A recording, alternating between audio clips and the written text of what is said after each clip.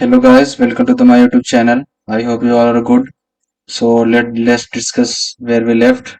I have already told you about primitive data types like byte, short, int, long, float, double, boolean, and char. These are primitive data types, and non-primitive data types are string, arrays, and classes. Let's discuss primitive data types. A primitive data type that specifies the size and type of variable values, and it has no additional methods. Like byte have 1 byte of size, and this -128 to 127 range. Sort have 2 bytes and -32768 to 32767 range. Int have 4 bytes and this range. Long have 8 bytes and this range. Float have 4 bytes and this range. Double have 8 bytes and this range. Boolean have 1 bit and character have 2 bytes. Let's discuss numbers. Primitive numbers type are divided into two groups: integer type and floating type. Integer type store whole numbers, positive or negative, such as 1, 2, 3 or -4, 5, 6, without decimal. Valid types are like byte, short, int, and long. Which type you should use depend on your numeric value. Floating point types like represent numbers with a fractional part containing one or more decimals. There are two types, float and decimal. Okay, let's describe each and every data types. Like let's talk about byte. The byte data type can store whole number from -128 to 127. This can be used instead of int or other integer type to save memory when we are certain that the value will be within -128 and 127. Like we have an integer type of value and we know this, like that value is inside -128 to 127 range, then we can go for byte because it will take less memory as compared to int. We can also use sort.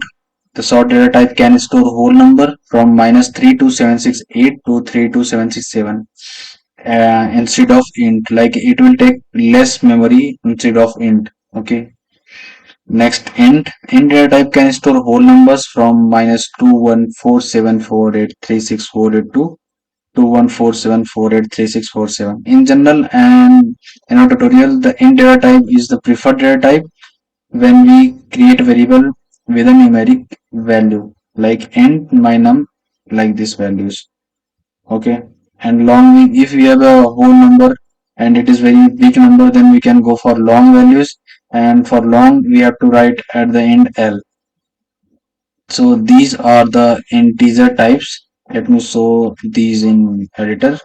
Like you have an int value, then you can't assign this 0, it will shout on you. And if you are using long value, you have to write at the end l. And if you have an int value, you can also use byte. If you have that range of value, you can also use sort, you can also use int.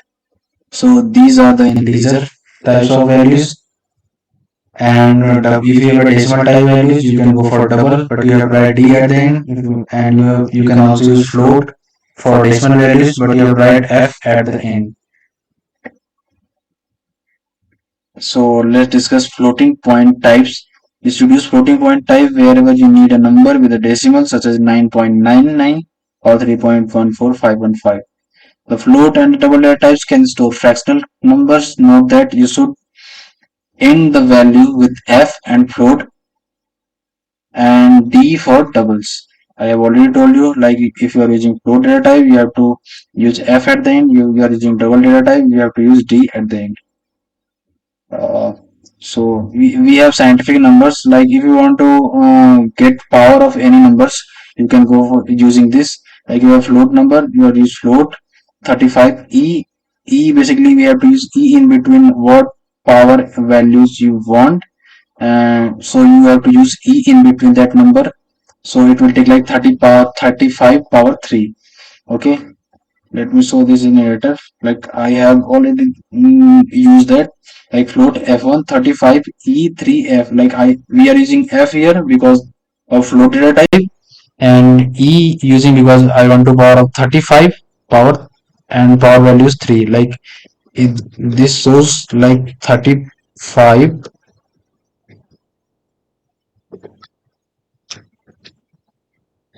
35 into 35 into 35. We are writing this instead of this. Okay. If you have dual value, we can also use same, but you have to use E in between and 4 and at last D because of decimal data type. Sorry, double data type. Let's discuss Boolean. Way of any programming, you will need a data type that can only have two values, like your true or false value, on or off, yes or no. Like if you, there is a data type available in Java Boolean, you can use that and type variable name, and we can assign true or false value. It will take only two values, true or false. So let's discuss character. Character type is used to store a single character.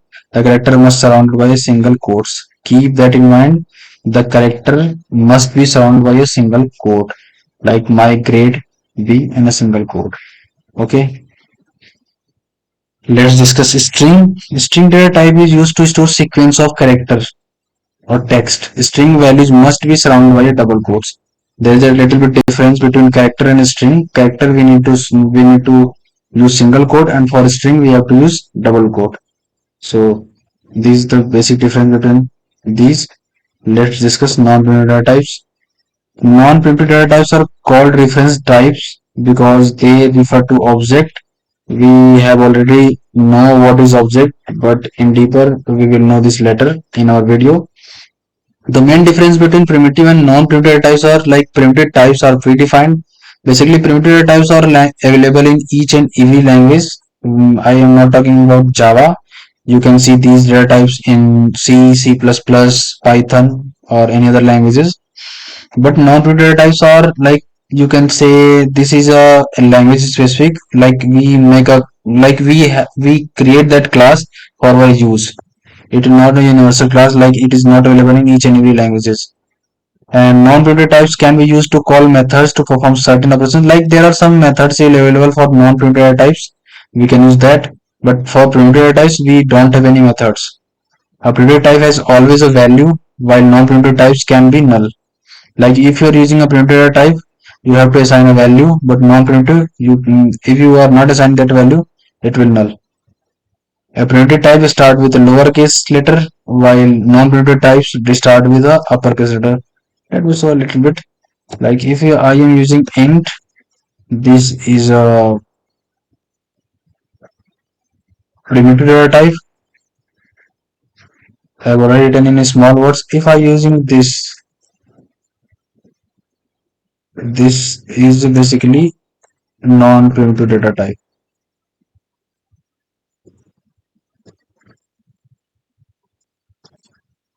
Data type. Okay. So for this line, you can see a primitive type start with lowercase int. We are starting with lowercase, and for non-primitive types, we start with uppercase. Like we are using integer uppercase. So that's all, and we'll discuss this later in our next video. For this video, that's is enough. Please don't forget to subscribe my channel and please like and share. Thank you.